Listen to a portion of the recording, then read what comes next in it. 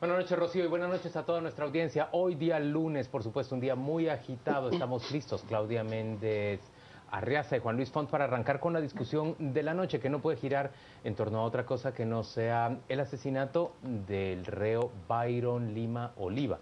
La granja penal Pavón, junto a él han muerto otras 12 personas. Nosotros estamos ya hoy acompañados por el exministro de Gobernación, Carlos Menocal. Él fungió en esa cartera durante el último año y medio del gobierno de Álvaro Colom de la Unidad Nacional de la Esperanza.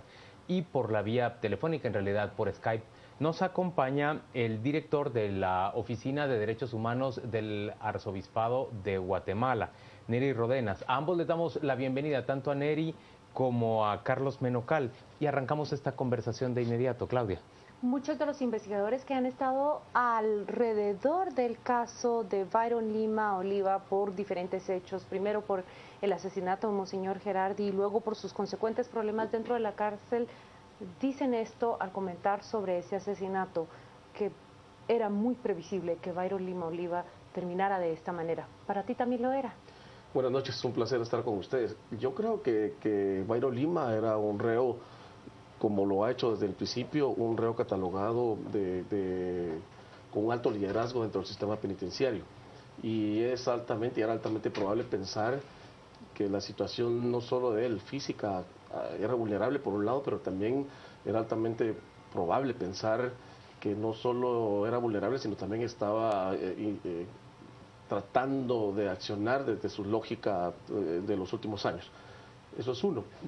Lo que sí veo yo es que el caso es un caso de alto impacto.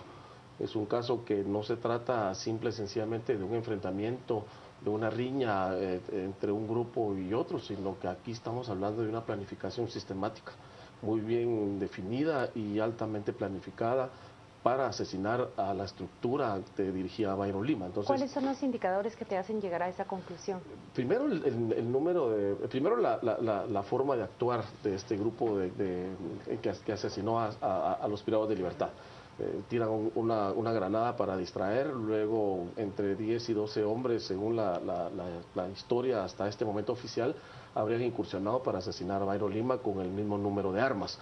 Esto significa que evidentemente y a todas luces ahí tuvo que haber un contubernio y alguna facilitación del ingreso de las armas al centro de detención Pavón. Carlos, ¿se ha establecido ya si hubo o no hubo realmente una requisa el día de ayer en Pavón?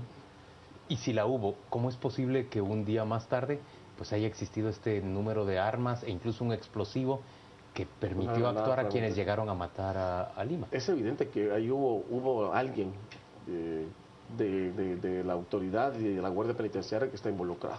Allí lo importante y lo primordial es procesar judicialmente a estas personas responsables de la seguridad, no solo del resguardo perimetral, sino también de la seguridad interna, los registros, los protocolos.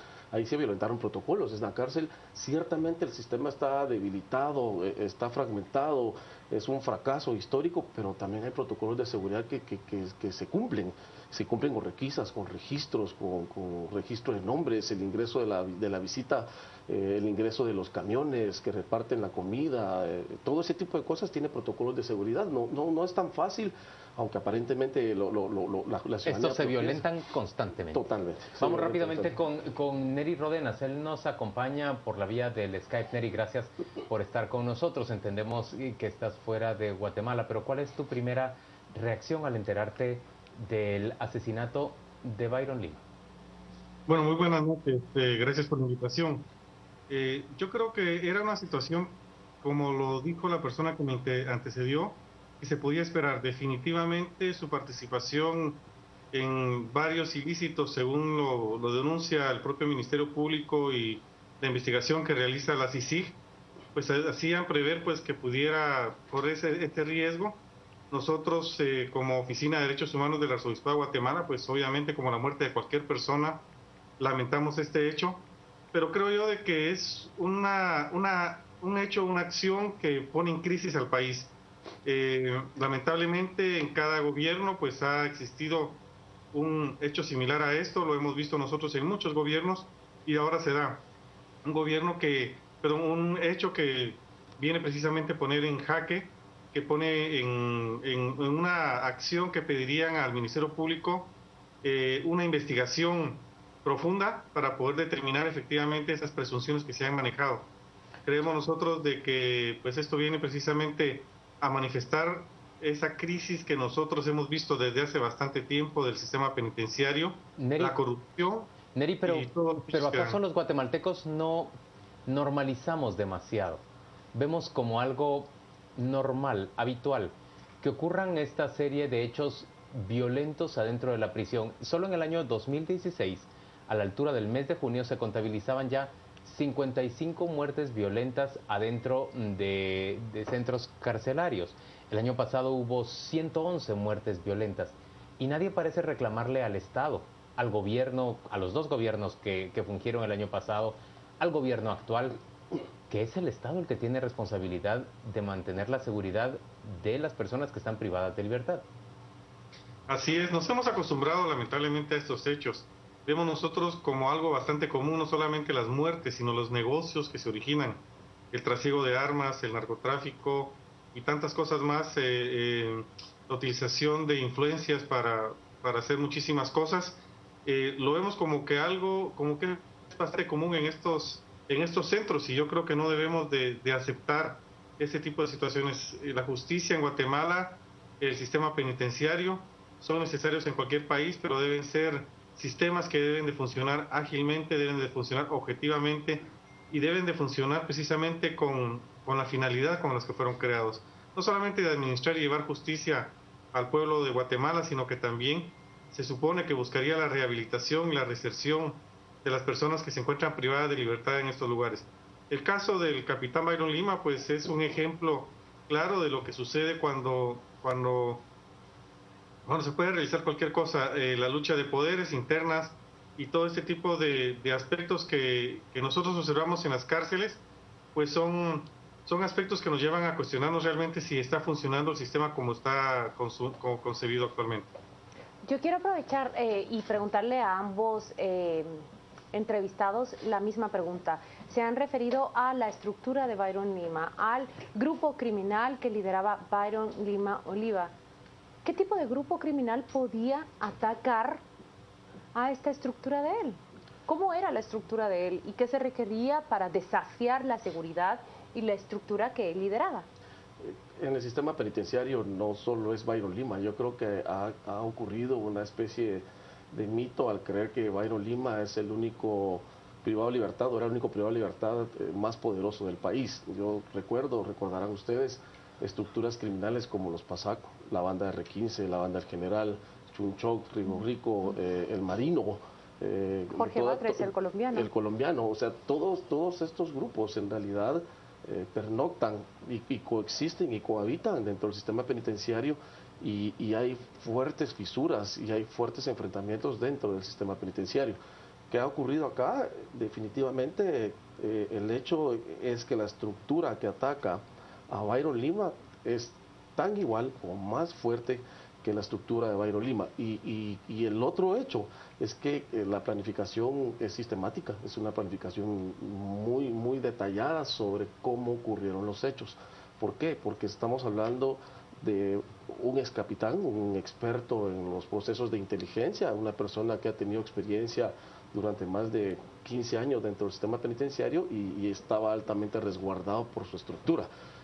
Ha provocado una desatención el hecho de haber tirado una granada de fragmentación, y eso obviamente dividió al grupo que generó el ataque hacia el capitán Byron Lima.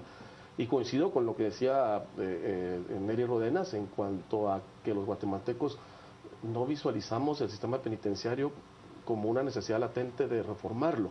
Y más allá de los procesos y las propuestas de reforma que sí se han hecho, hay organizaciones sociales que han impulsado estos procesos de reforma, todo tiene que ver con recursos.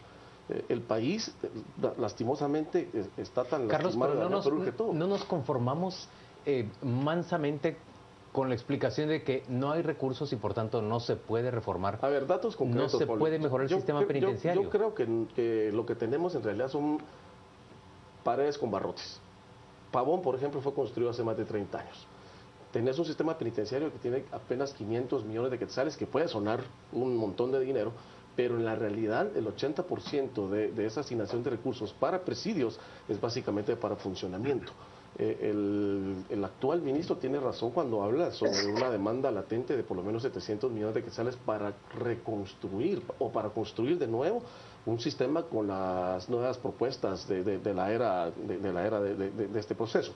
Y en realidad el Ministerio de Gobernación, y si algo hay que reconocer a los gobiernos anteriores en los últimos 6 años, es que ha tenido asignación de recursos sistemáticamente y que ha crecido. ¿Qué hace falta? Sí, hace falta un montón. Y en realidad todo pasa por el tema de la asignación de recursos, que en este momento no hay. Además de que no hay, ahí tenemos ya un poquito de ingresos, pero para el Ministerio de Gobernación siempre ha sido un presupuesto muy limitado. Yo creo que en realidad es momento de pensar no solo de la cooperación, porque la cooperación no nos va a dar más plata y menos para el tema de construcción de cárceles, pero es momento de pensar en un nuevo modelo de sistema y de estructura. Y por supuesto un nuevo modelo que implica también todo el tema de reinserción de penas, el tema de incorporación de los privados de libertad a la resocialización y por supuesto todo el tema que tiene que ver con los modelos de control y registros actualizados y digitalizados. Yo quiero volver a la pregunta para planteársela a Neri Rodenas, que nos acompaña desde Skype, y es, partiendo de la respuesta de Carlos Menocal, ¿es probable, posible, Neri, de acuerdo como conocen ustedes a Byron Lima desde el año 2000, cuando es capturado por el asesinato de Monseñor Gerardi, es probable, posible, pueden creer que haya sido atacado cuando se encontraba desprevenido? ¿Cuál era el perfil que ustedes conocían de Byron Lima y cuando escuchan la forma en que fue asesinado, qué es lo que piensan? Claro que sí, gracias Claudia. Recordemos que no es el primer amotinamiento que se da en torno a la figura del capitán Byron Lima. Poco después de emitir la sentencia, si no estoy mal, en febrero del año 2003, se produce un motín en donde pierde la vida el sargento Autilio Villanueva Arévalo, y eso precisamente deriva de un descontento de uno de los grupos que quería tener poder en la cárcel en donde guardaba prisión el capitán Byron Lima. Estaban cansados, según las denuncias que ellos mismos hicieron en su momento, del control que se quería tener de la militarización interna de la cárcel. Y creo que la forma como sucede ahora, yo creo que no fue un hecho en el cual hayan sido casos fortuitos o hechos que se dieron de un momento a otro, sino que creo que pudo haber sido algo planificado. Definitivamente lo que se buscaba aquí era obtener el control, y al obtener el control se obtiene el poder, se obtienen recursos, se obtienen los negocios, se obtienen muchos de los aspectos que la cárcel beneficia lamentablemente a quienes se encuentran ahí presos. Eso pues nos da a nosotros una conclusión de que definitivamente pues fue un proceso en el cual se intervino un grupo que buscaba el poder, y por otro lado la necesidad de que se cambie totalmente la forma como se encuentra concebido el control o la administración de los centros preventivos. No es posible de que los reos sigan controlando internamente, que se sigan manejando estos negocios, que se sigan cobrando, que se siga dando tantos crímenes dentro de las cárceles, y que el Estado pues permanezca como ausente de estos procesos. No, el Estado no debe concretarse únicamente a la seguridad perimetral, sino que deben involucrarse en la administración interna de los centros. Carlos, ¿cómo era convivir desde el Ministerio de Gobernación, desde el despacho de ministro, con un Byron Lima muy poderoso adentro de Pavoncito? Bueno, no solo era Byron Lima, eran varios privados de libertad. Recordad que ¿No era Lima el más poderoso? Hay varios grupos, en realidad no. Lo que sí creo yo y que falló en este sistema penitenciario en la actualidad es el sistema de inteligencia penitenciaria. Nosotros construimos en el 2010 un modelo de inteligencia penitenciaria que alertaba, pero hay grupos que amenazan, grupos que asesinan y grupos que en realidad envían mensajes directos a la autoridad. En el año 2010 nosotros a la Mara 18 les prohibimos el ingreso de menores de edad porque investigamos sobre el tema de trata que ocurría en el preventivo de la zona 18 y al siguiente violación día, de las niñas. Violación de niñas, y al siguiente día lo que ocurre es que nos tiraron 4 cabezas en el Congreso, por Guatevisión, en la zona 18. No recuerdo dónde fue la otra, pero digamos esta es... Era una respuesta de la Mara. La respuesta de la pandilla de 18. Entonces,